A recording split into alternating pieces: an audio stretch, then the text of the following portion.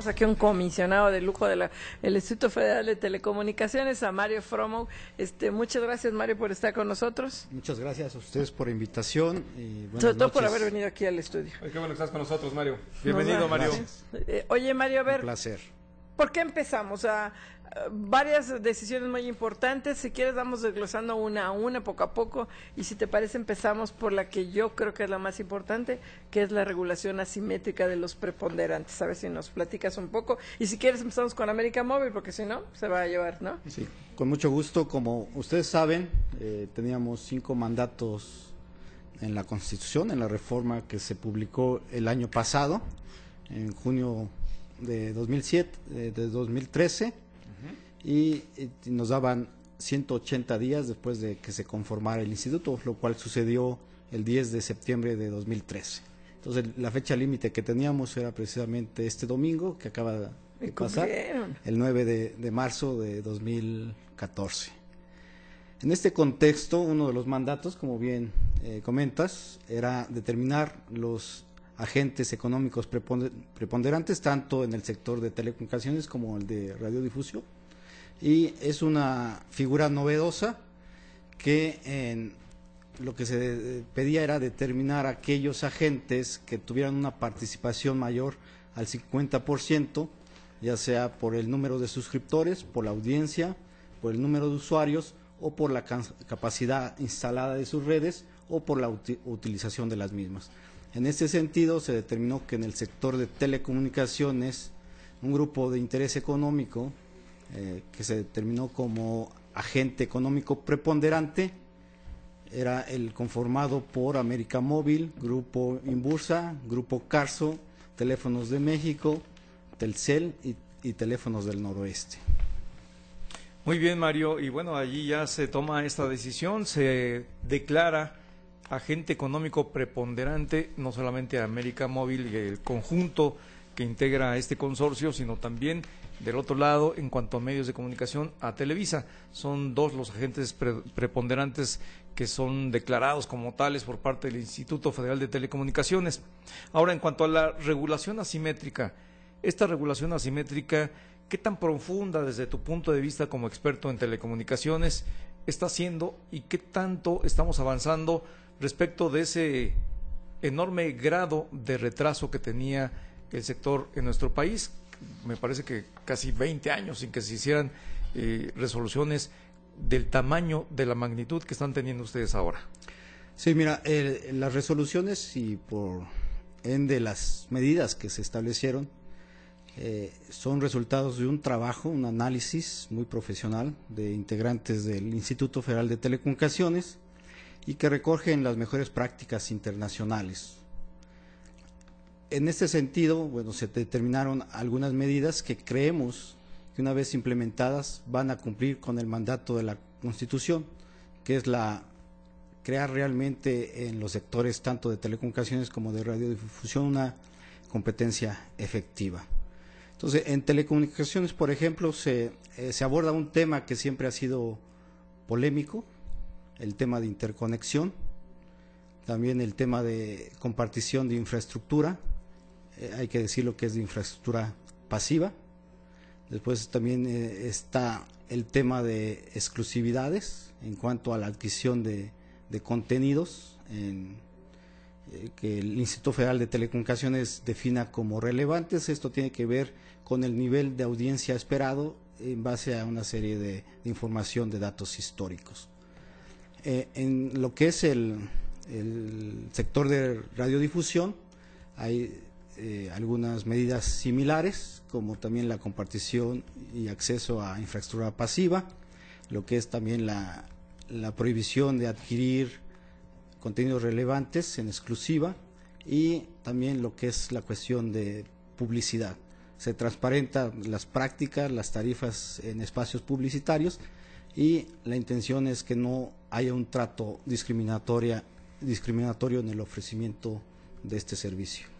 Así es, Mario. Fíjate que en estos temas, en particular, déjame ir al de tarifas, al de esas famosas tarifas club o tarifas on-net o las off-net. La industria, de repente escuchamos muchas versiones de que no quedó muy claro este tema. Parece que usted está en la regla de replicabilidad, creo que así le llaman ustedes, que es otra cosa que bueno, los que tengan Telcel o Telmex dentro de sí para sus usuarios, que estas tarifas pues obviamente no sean menores a las que dan a los competidores. Cuéntanos un poco cómo quedó este tema, porque parece que la industria se ha quejado de este aspecto. Con mucho gusto. Como te comentaba, estas resoluciones fueron aprobadas por unanimidad de los votos de los 7 comisionados que integramos o formamos el pleno de la comisión. Se estudiaron las mejores prácticas internacionales y se vio la experiencia en otros países. En algunos países como Colombia en su momento establecieron lo que se llama la tarifa dentro de red y fuera de red al mismo nivel. Sin embargo, en lugar de dar un efecto positivo a la competencia, hizo todavía más fuerte el efecto club, que le llaman. O sea, el efecto de que los usuarios de una red solamente llamen a los usuarios de la misma red. Aquí lo que nosotros buscamos en base a eso es tener una tarifa asimétrica de terminación de tráfico móvil. Esto quiere decir que el preponderante, gracias a su tamaño, a sus economías de escala, va a poder dar una mejor tarifa de interconexión a los competidores que tengan un tamaño menor. Entonces, la tarifa del preponderante va a ser una tarifa de interconexión menor para la terminación de tráfico móvil, que vienen de los usuarios de otras redes, y él tendrá que pagar una tarifa mayor al operador de aquella red cuando sus usuarios se quieran conectar a una red diferente. Esto nosotros creemos que asegura una competencia efectiva en el sector, pero además pusimos una regla muy clara.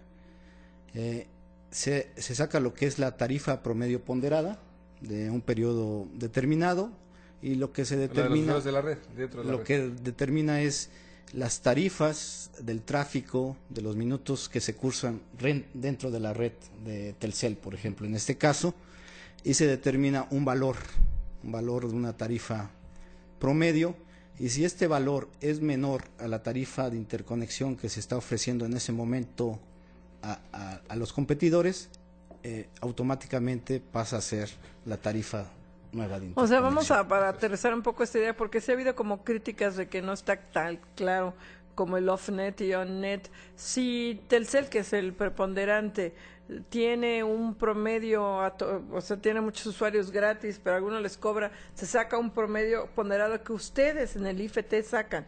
No va a ser América Móvil la que diga cuánto. Y si a sus competidores, a Yusacell, a Telefónica, le cobra arriba de este promedio, forzosamente va a tener que bajarlo, pero ustedes van a ser los que digan cuál va a ser este promedio ponderado y a partir de cuándo dicen, a partir de cuándo va a estar este aterrizaje, porque pareciera que a Televisa le abrieron así el mercado y a América Móvil como que lo están tomando en etapas. No, hay una serie de obligaciones del preponderante, en este caso de telecomunicaciones móviles, de proporcionar toda la información que le solicite al respecto el instituto. Con esta información nosotros tenemos todos los elementos para determinar esta tarifa promedio ponderada. Y otra cosa muy importante que no se había hecho, pero en aras de transparencia y de rendición de cuentas, el Instituto Federal de Telecomunicaciones va a publicar el modelo de costos que utiliza para determinar la tarifa de interconexión con las variables reales que se utilizan para ello. Y con el tamaño real del mercado del agente preponderante va a determinar la tarifa de interconexión.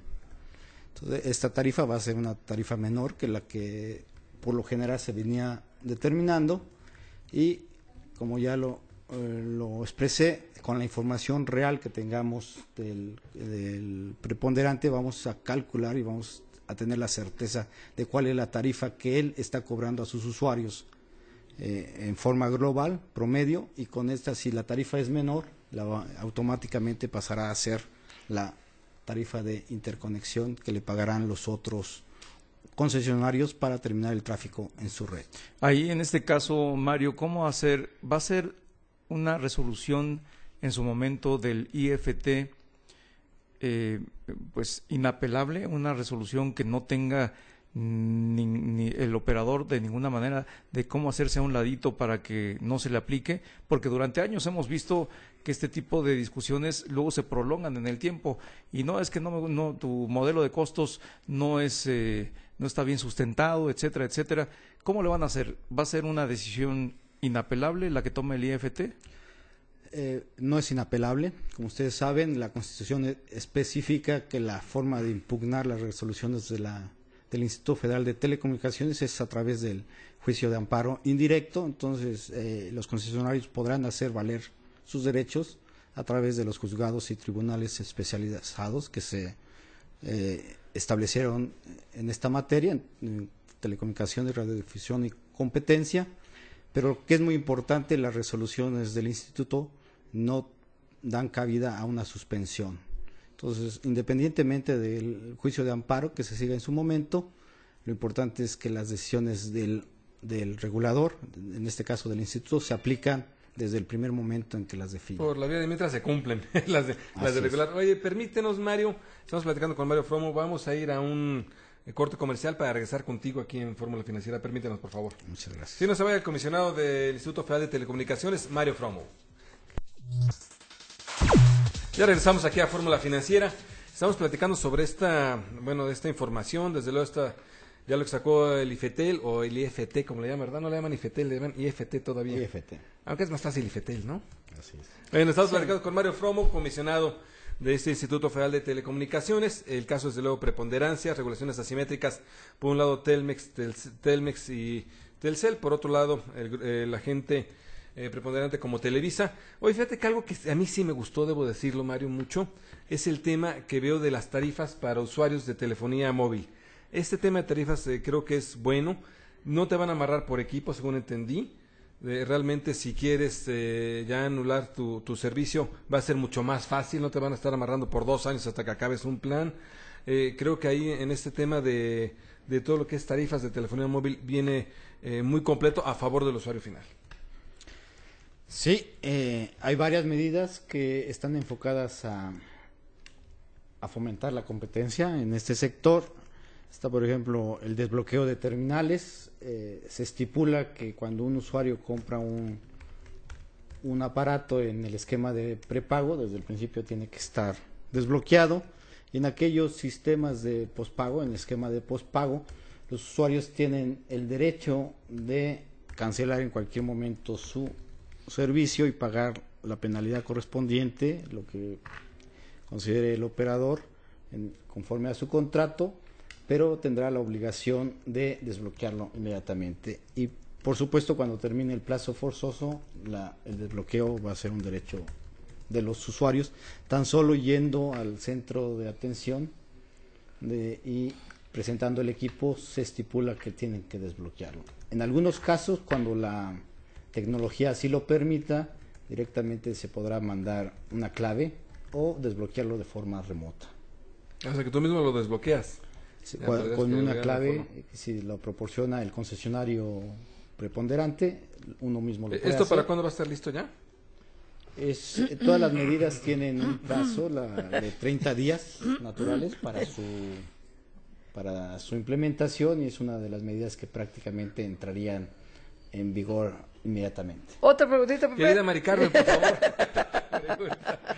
Oye, el beneficio al público, bueno, ya tú decías el desbloqueo, pero lo más importante de toda esta reforma de telecomunicaciones era que nosotros los usuarios nos vamos a ver beneficiados con tarifas más baratas. Qué bueno que le van a bajar las tarifas de interconexión, pero ¿cuándo se va a reflejar? Porque no se trata de que todos sean las empresas concesionarias ganen más, ¿no? Sino de que nosotros tengamos acceso a internet, a telefonía fija y móvil más barata, porque de acuerdo con la OCDE, lo que nosotros pagamos hoy día es 30% más caro que en el promedio mundial. ¿Cuándo crees que todo esto ya se va a traducir en que nosotros digamos, qué padre, ya estamos más competitivos? Hay medidas, como lo mencioné, que entran prácticamente a los 30 días naturales después de la notificación, como por ejemplo lo que señalaban de que ya el concesionario preponderante no puede cobrar lo que anteriormente se manejaba como usuario visitante dentro de su propia red, O sea, había un cobro cuando los usuarios de Telcel iban a otra región, se les aplicaba lo que se conocía como roaming o usuario visitante, aunque estaban dentro de su red. En este momento, una medida hace esa prohibición, entonces inmediatamente eso ya es una ventaja, un beneficio para el usuario. Y precisamente cuando se va a ver reflejado, nosotros esperamos que en el corto plazo, precisamente el tema de replicabilidad va por ese camino. La cuestión de tener tarifas asimétricas para el preponderante y tener tarifa on-net, off-net iguales, lo que haría es que esa tarifa asimétrica de interconexión, el preponderante no pudiera reflejarla inmediatamente en los usuarios finales, y precisamente lo que hacemos al no establecer una tarifa on-net, off-net igual, es que esa baja en la tarifa de interconexión pudiera ser replicada o reflejada directamente a los usuarios finales y también replicada por los otros concesionarios. Por eso le llamamos la regla de replicabilidad, porque en principio todas las economías de escala o todos los servicios que utilice el preponderante, todas las tarifas del preponderante puedan ser replicadas por otros concesionarios, por otros competidores, para dar el mismo servicio, las mismas tarifas a sus usuarios. Entonces, hay también muchas medidas en cuanto a calidad de servicio. Entonces, lo que mandata la Constitución, entre otras cosas, es precisamente propiciar una competencia efectiva en el sector, en este caso de telecomunicaciones, para que los servicios se den con mejor calidad, con mejor precio y con mayor diversidad a los usuarios finales.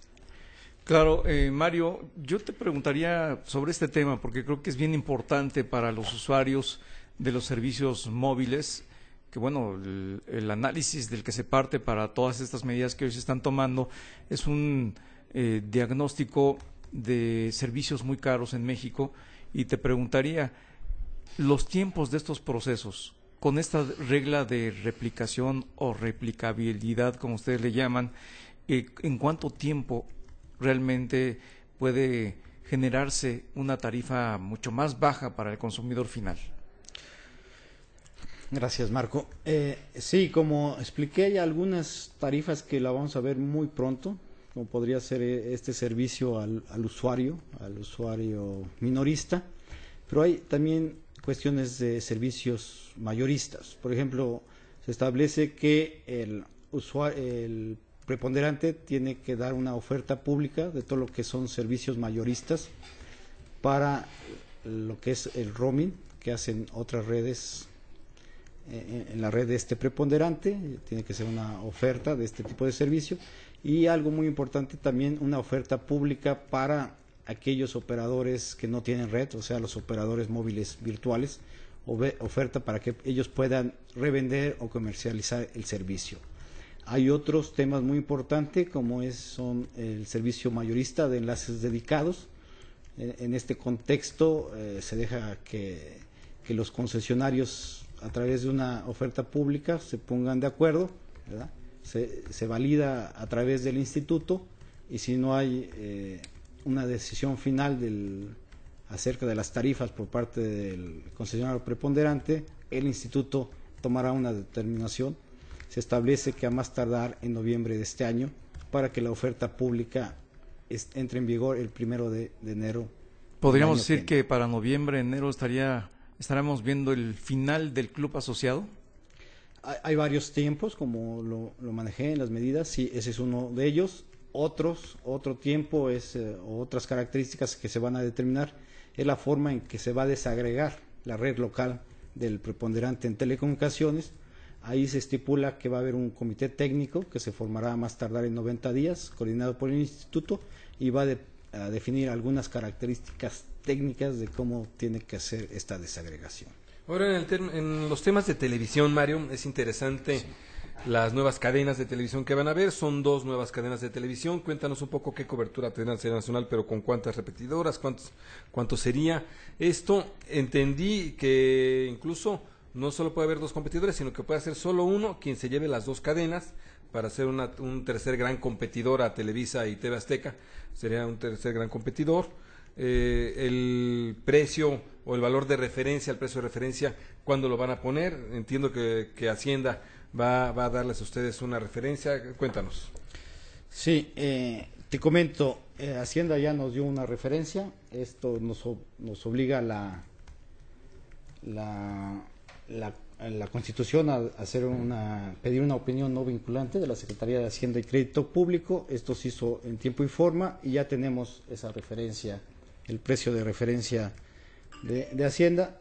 Sin embargo, estamos haciendo unas consideraciones adicionales, como nos obliga la Constitución, de tener en cuenta las condiciones de competencia del mercado y además tener una cadena con máxima cobertura. Como sabes... Oye, ahí te interrumpo porque casi nos está acabando el tiempo. Si la meta era que hubiera más competencia y supuestamente el tema prioritario no va a ser el económico, al permitir que un solo grupo se lleve las dos, pues estamos hablando de un grupote. O sea, y entonces ahí sí el factor económico entra en contradicción con lo que ustedes mismos dicen, porque no cualquier grupo puede competir por dos cadenas, ni necesariamente se va a crear por tener una tercera cadena de una empresa total mayor competencia.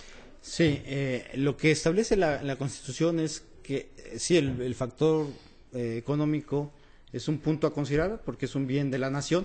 Sin embargo, tenemos nosotros que considerar la máxima cobertura, entre otras cuestiones. Entonces, la licitación está definida de tal forma que hay un balance entre lo que es la cobertura y el costo, el precio que se va a pagar por el espectro radioeléctrico. Y como ustedes saben, están considerados 246 canales de televisión en 123 localidades, y con esto creemos que al tener algunas localidades obligatorias se cubre más del 50% del territorio nacional en cuanto a la audiencia posible. Pues Mario Fromow, como comisionado del Instituto Federal de Telecomunicaciones, la verdad es que es un tema muy amplio. Las resoluciones que ustedes emitieron son resoluciones muy gruesas, muy amplias, y estaremos platicando aquí contigo, si tú nos lo permites, en futuras conversaciones. A sus órdenes. Mario, gracias. Gracias, Mario. Mario Fromow, comisionado del Instituto Federal de Telecomunicaciones. Vamos a un corte, regresamos con más aquí a Fórmula Financiera. No se vaya. Aquí a Fórmula Financiera le pedimos a Mario Fromow que se quede comisionado del IFT porque tenemos muchas llamadas del Están cayendo público las llamadas y los muchas twitters. dudas en torno a lo que va a ser la licitación, que era por un poco si la idea es que el factor económico no sea el más caro, las inversiones que tiene que realizar un grupo son muy elevadas, porque no solamente tiene que, aunque renten los fierritos de Televisa, con esta oferta pública que se va a obligar a Televisa para rentar su infraestructura, pues va a tener que invertir, no sé cuánto hayan ustedes estimados, en contenidos, en generar contenidos, pues no sé, 25 o 30 millones de pesos mensuales en contenido para que compitan, porque si van a empezar a transmitir series viejas de televisión, pues no, para eso ya está Netflix, ¿no? O sea, o las otras. ¿Cuánto se estima que va para que se tenga que invertir? Y entonces sí se vuelve un factor predominante el dinero. ¿Se va a permitir que Carlos Slim, que es el más rico de los ricos de México, participe? Porque él sin lugar tiene dinero. Sí, muchas gracias por la pregunta. Te quedaste un poco corta en lo que es los contenidos. Se estima que son alrededor de 10 a 20 millones de dólares al mes, lo que un nuevo concesionario tendría que invertir para tener contenidos relevantes que pudieran competir con los de los concesionarios ya establecidos. También se calcula que toda la cadena tendría un costo aproximado de implementación de la infraestructura de alrededor de 300 millones de dólares. Estamos hablando alrededor de 3 millones de dólares por estación transmisora. Claro, hay algunas complementarias que pudieran tener un valor menor, de 100 a 150 mil dólares, pero sí sabemos que tanto el sector telecomunicaciones como el sector radiodifusión son sectores intensivos en capital, ¿no? La licitación está diseñada de tal forma que el factor económico no sea el único que sea el factor determinante del ganador, sino es muy importante la cobertura. Como ustedes saben, los servicios, los más caros son los que no llegan a la población, y este es un caso de los servicios de radiodifusión. Entonces tenemos el mandato de que tenemos que buscar la máxima ¿Qué implica servicios? cobertura. O sea, ¿qué significa un servicio El servicio cobertura? de radiodifusión, en este caso es el que se transmite la señal de la televisión a través de las ondas del espectro radioeléctrico que son definidas o determinadas para este fin. No, y faltó lo de Carlos Slim, que lo comentaban. Ah, sí. ¿Se va a poder participar o no? Sí, la única restricción ex ante que está en la Constitución tiene que ver con los concesionarios que actualmente tienen 12 megahertz o más de espectro ya asignado para servicios de radiodifusión. Esto es muy importante, son para servicios de radiodifusión. Radiodifusión. No están incluidos los servicios de telecomunicaciones.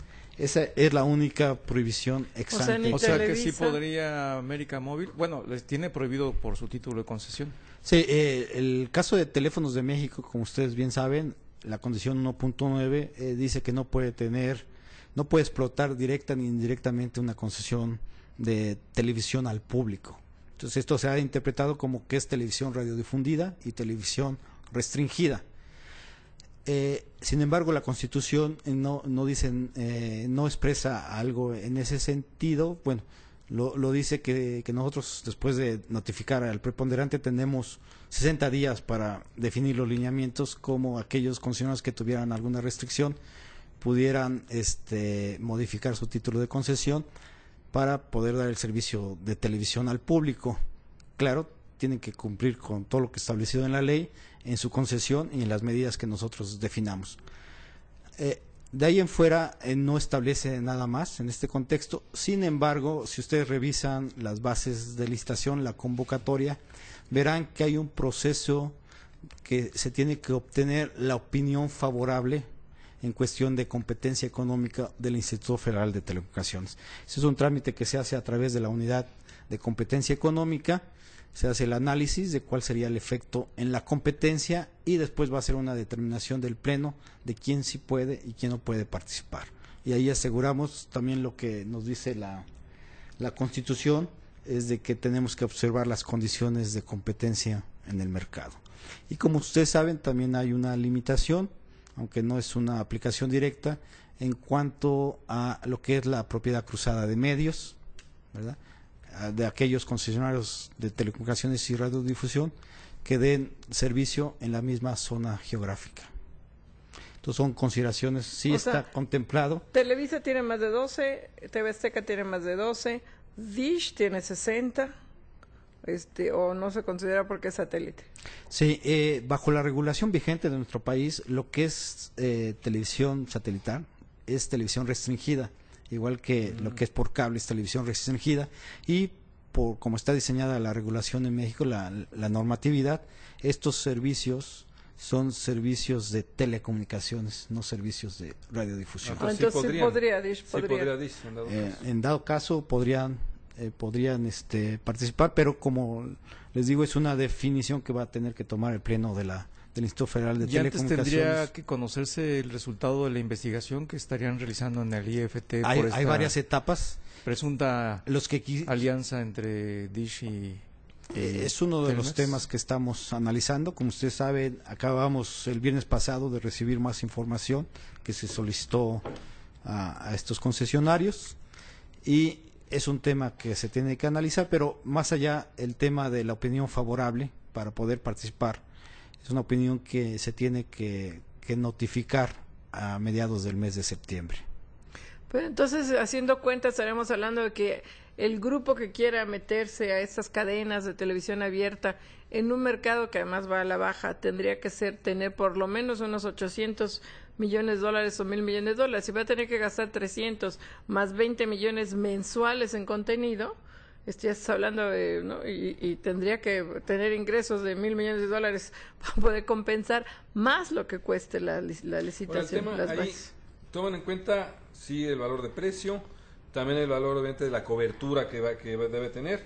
Contenidos no Puede ser el contenido que cualquiera quiera, que cualquier cadena. Se pide información en ese sentido de contenidos para asegurar algunas otras cuestiones que están en la Constitución, precisamente en lo que es el artículo 6º constitucional, y los valores que les comento son valores de una concesión a 20 años. O sea, son valores ¿Es presente, mucho o es poco la neto. concesión a 20 años? He oído críticas que dicen que es mucho, otros dicen que está bien para el modelo de negocio. Imagínate meter $800 millones a 5 años. Bueno, depende del negocio. Bueno, sí. Les comento que todas las concesiones de espectro radioeléctrico que se han dado hasta este momento en telecomunicaciones, todas son por 20 años.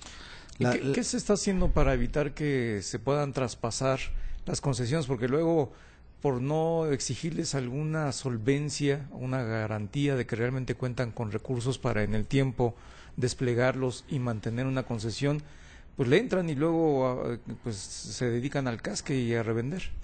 Sí, se establecen en las bases de licitación, en la convocatoria, se establece lo que es la garantía de seriedad, primero para poder participar en esta licitación, y posteriormente hay una garantía de cumplimiento. ¿La garantía de seriedad es por cuánto? Dependiendo el monto de lo que vayan a ofertar, ¿verdad? Oye, en el caso de la cadena que va a ser estatal, ¿cómo se va a conformar? ¿Quién la va a conformar? ¿Ya tienen algo definido? Bueno, la estatal es algo del Ejecutivo Federal. Nosotros solamente en ese sentido vamos a apoyar en lo que nos corresponde. Independiente, Canal 11, Canal 22, independiente a Sí, es una nueva cadena, ¿no? Sí, es una nueva entidad de gobierno que es la que coordinará, dice la Constitución, la formación de un espacio de radiodifusión, sobre todo con otros fines no lucrativos para llevar cuestiones de cultura, identidad nacional, pero esto se hace por medio del Ejecutivo Federal. El Instituto solamente apoyará en lo que le corresponde. ¿Está abierta la participación a postores completamente internacionales o solamente nacionales? Hay una restricción, como ustedes saben, del 49% que se puso en el sector de radiodifusión, pero además está ligado a un concepto de reciprocidad, dependiendo del origen de las inversiones. ¿Con Estados Unidos qué es? ¿25%? 25. Así es, 25%. Ahora, el 31 de diciembre de 2015 se supone que se da el apagón analógico. ¿Con este espectro que se libere, va todo para Internet o podría haber otra cuarta cadena? Se libera espectro. Sin embargo, a nivel internacional, la Unión Internacional de Telecomunicaciones, como ustedes saben, ha definido la banda de 700 MHz para servicios de telecomunicaciones, y hay otra nueva consideración de aquellos de banda de 600 MHz. Entonces, lo que se va a hacer es tratar de despejar la banda de 600 MHz y reubicar a todas las estaciones por debajo de esta. Pues, Mario, te agradecemos de mucho. espectro. Vamos, qué bueno que Mario quedaste. Gracias, Frambo, Mario. comisionado. Ya, te quedas el otro programa, La Mano Peluda. Escuchamos ahora sí, ya, que Te quedas a La Mano Peluda para la de Gracias, Mario. fantasmas. Muchísimas gracias. Mucho Y gusto. el éxito de Mario en esta Sí, primera. sí. Mira, muy muchas bien. llamadas. Muy taquillero. Aquí. Pero bueno, ya le agradecemos mucho. Le recordamos hoy en la noche tenemos a Alebrijes Aguirre.